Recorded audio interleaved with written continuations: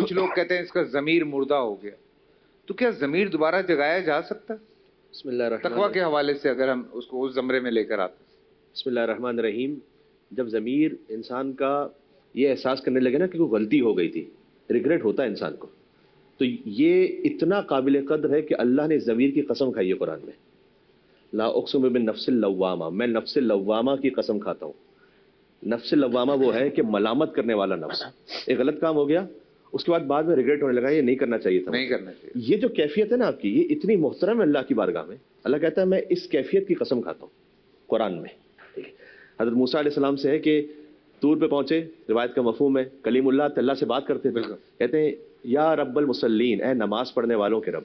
آواز آئی لبیک یا عبدی، اے بندے میں حاضر ہوں بول اللہ.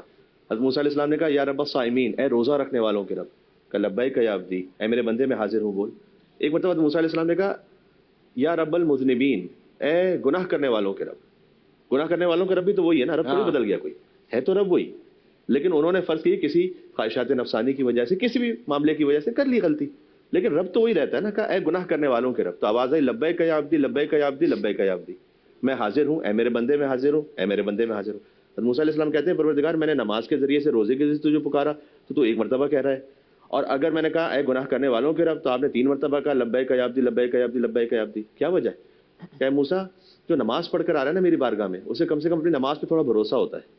نماز تو پڑھی پھر جا رہا ہوں رب کی بارگاہ میں، روزہ رکھ کے جا رہا ہوں تو کم سے کم کچھ تو کیا ہے. جو گناہ کر کے پھر آ رہا ہوتا ہے نا، وہ بڑا ایک طرح سے گھبرایا ہوا ہوتا ہے، اس کا میرے سوا کوئی آسرا نہیں ہوتا. اللہ. تو میں اس سے کہتا ہوں 3 مرتبہ کہ اے میرے بندے میں حاضر ہوں، میں حاضر ہوں، میں حاضر ہوں. یہ خود ایک تقویٰ کی کیفیت ہے.